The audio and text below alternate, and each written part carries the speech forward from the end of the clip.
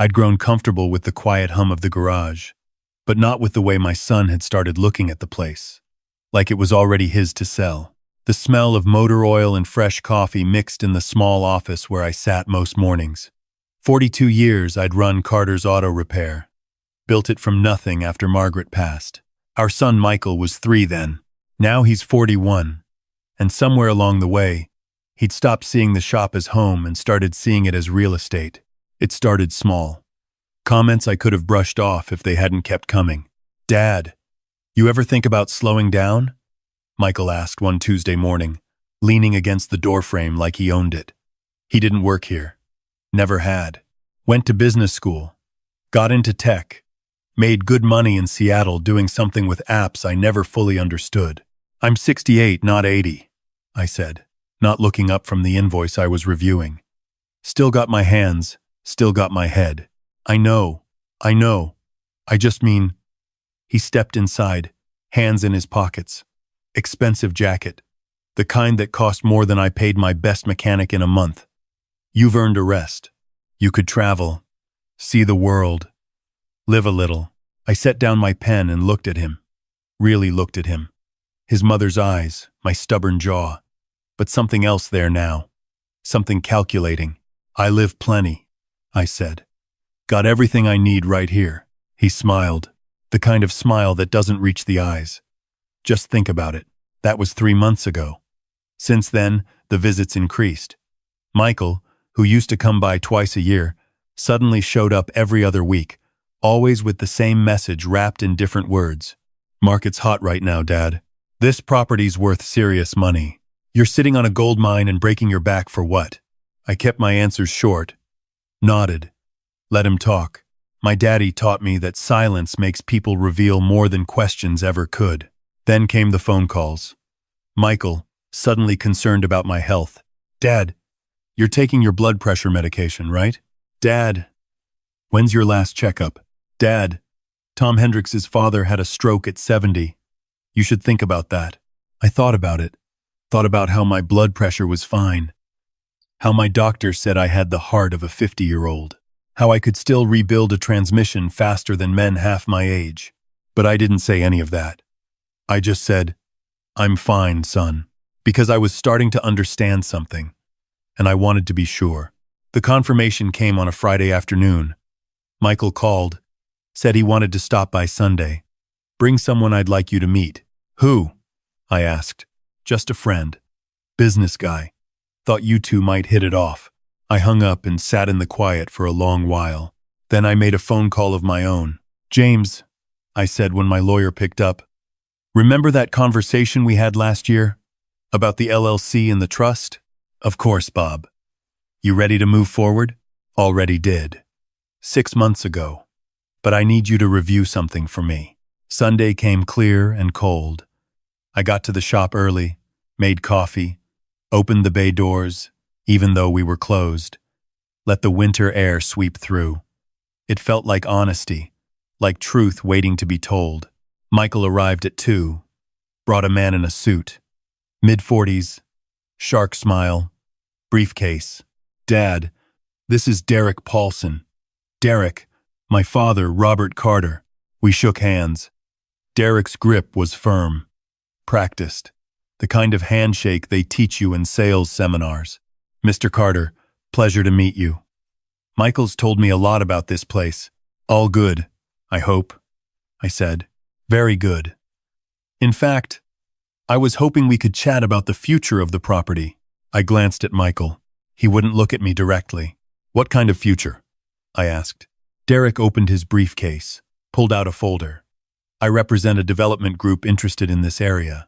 Prime location, close to downtown, easy highway access. We've been acquiring properties along this corridor." "For what?" "Mixed use. Retail, residential. This block in particular could support a 4-story structure. Maybe 5 if we can get the zoning variance." I let that sit there. Watched Michael shifting his weight, trying to look casual. "And you want my shop?" I said. "We want to make you an offer. A very generous offer." Derek slid a paper across my desk. A number with a lot of zeros.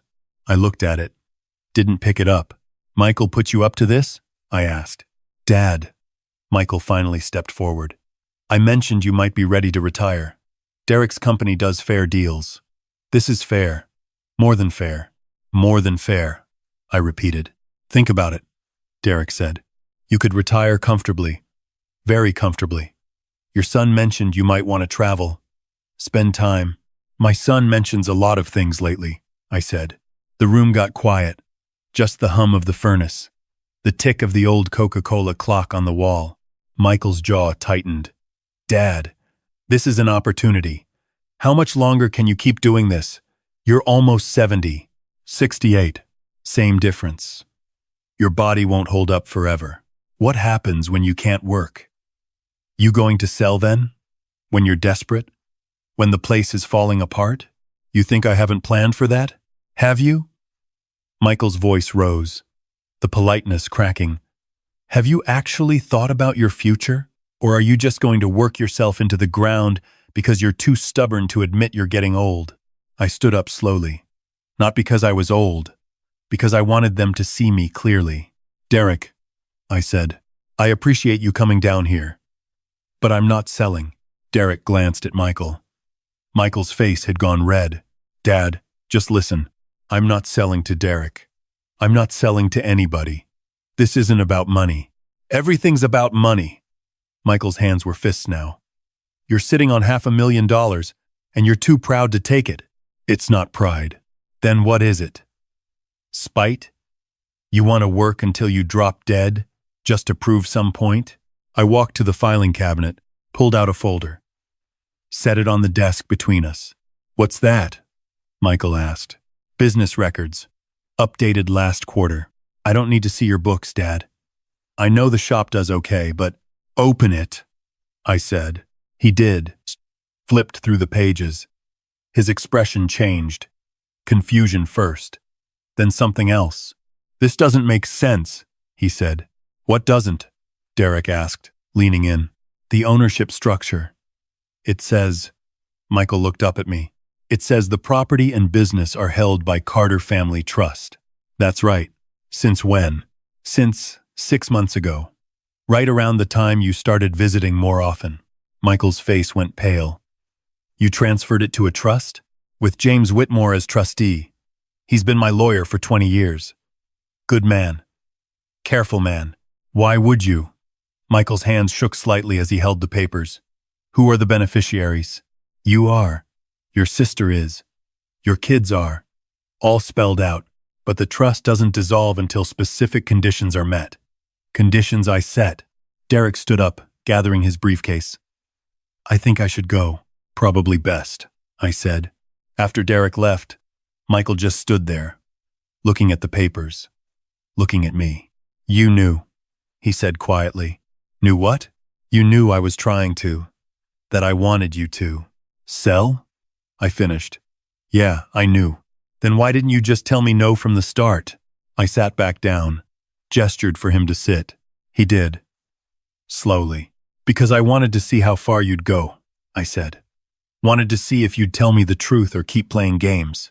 I wasn't playing games. Son. I leaned forward. You brought a stranger here to pressure your own father into selling his life's work. You've been calling, pretending to worry about my health, when really you were building a case for why I'm too old, too incompetent to make my own decisions. That's not honesty. That's manipulation. His eyes were wet now, angry or ashamed. I couldn't tell. I have debts, he said. My startup failed. I'm in deep, Dad. I thought this could be the answer. You thought you could cash in your inheritance early. I thought you'd want to help me. I do want to help you. But not like this. I pulled out another folder. This one I'd prepared last night. You owe $230,000. Credit cards, business loans, money borrowed from friends. How do you? I called in some favors. Made some calls. I know people, Michael. I've lived in this town 40 years. You think I can't find things out? He looked away. Here's what's going to happen, I said. The trust stays. The shop stays mine until I decide otherwise. Could be tomorrow, could be 20 years from now, but it'll be my decision. So I get nothing. I didn't say that. I slid the second folder across. That's a check for $50,000. Not a loan. A gift. It's all I can spare without hurting the business. He stared at it. 50,000 doesn't solve my problem. No, it doesn't. But it's a start. The rest you'll have to solve yourself. Get a job. Cut expenses. Sell your car. Downsize your apartment. Whatever it takes. That's called being responsible. Easy for you to say. I've got what I earned. My voice was sharp now. Sharper than I'd meant. I took a breath. I worked 70-hour weeks when you were a kid. When your mother died, I worked through the grief because I had a son to raise and bills to pay. Nobody gave me anything. I built this from sweat and calluses and more failures than you can count. So don't tell me it's easy. The silence stretched. Outside, a car drove past. Someone honked. Normal Sunday sounds. I'm sorry, Michael said finally. About Mom. About all of it. I know you are. Do you? He looked at me. Do you really? Because sometimes I think you see me as this disappointment, this kid who took the easy path. You're not a disappointment. Then why won't you trust me? I thought about that. Took a sip of cold coffee. It's not about trust, I said. It's about respect. You wanted something from me, but you wouldn't ask directly. You brought a stranger into my business, into my life, to do your dirty work. That's what hurt. Not that you needed money. Not that you made mistakes, but that you didn't respect me enough to be honest. He nodded slowly, picked up the check, looked at it like it might disappear. Thank you, he said. You're welcome. The trust. When does it? When can it be dissolved? I smiled. Couldn't help it. When I'm gone. Or when I decide the beneficiaries have earned it. Earned it by showing they understand what it means to build something, to maintain something, to care about something more than its cash value. How will you know? I'll know. He stood up. We stood there awkwardly for a moment. Then he reached out his hand. I shook it. I should go, he said. You should. At the door, he paused. Dad? The trust. Is Karen in it? My sister? Of course. Does she know? She's known for 6 months. I told her when I set it up. His face did something complicated. She didn't tell me. I asked her not to. Wanted to see what you'd do on your own. He absorbed that.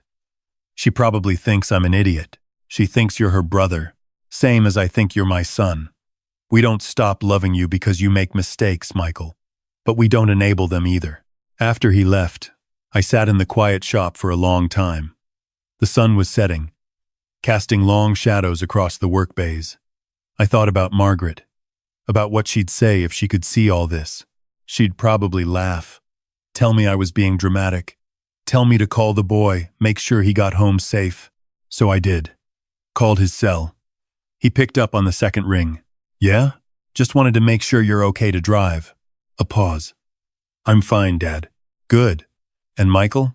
Yeah. Come by next Sunday. No business talk. Just bring those kids of yours.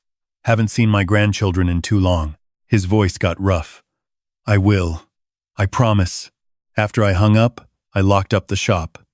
Stood outside for a minute, looking at the sign. Carter's Auto Repair. 42 years of history in those words. Blood and sweat and yes, some tears too. The building wasn't fancy. The business wasn't huge, but it was mine. Built by my hands, run by my rules. And when the time came to pass it on, it would go to people who understood what that meant. Not because they needed the money, but because they'd learned what it takes to earn something worth keeping. I drove home thinking about legacy, about what we leave behind, about the difference between giving people what they want and giving them what they need. Sometimes, love looks like a check for $50,000. Sometimes it looks like saying no. And sometimes it looks like trusting that the people you raised will eventually figure out the lessons you've been trying to teach them all along. The shop would be there tomorrow, and the day after that, and however many days I had left to give it. That was enough. That was more than enough. That was everything.